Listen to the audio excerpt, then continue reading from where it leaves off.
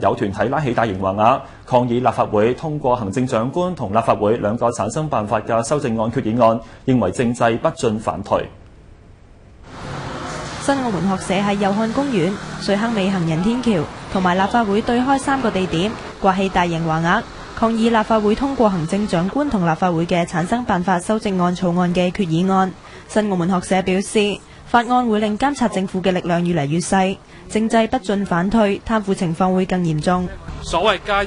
嘅方案係一個完全倒退嘅方案，我哋應該至少立法會直選要過半，特首唔可以再係小圈子選舉。我哋相信澳門而家嘅政治制度不進反退，最終巨貪係會越嚟越多。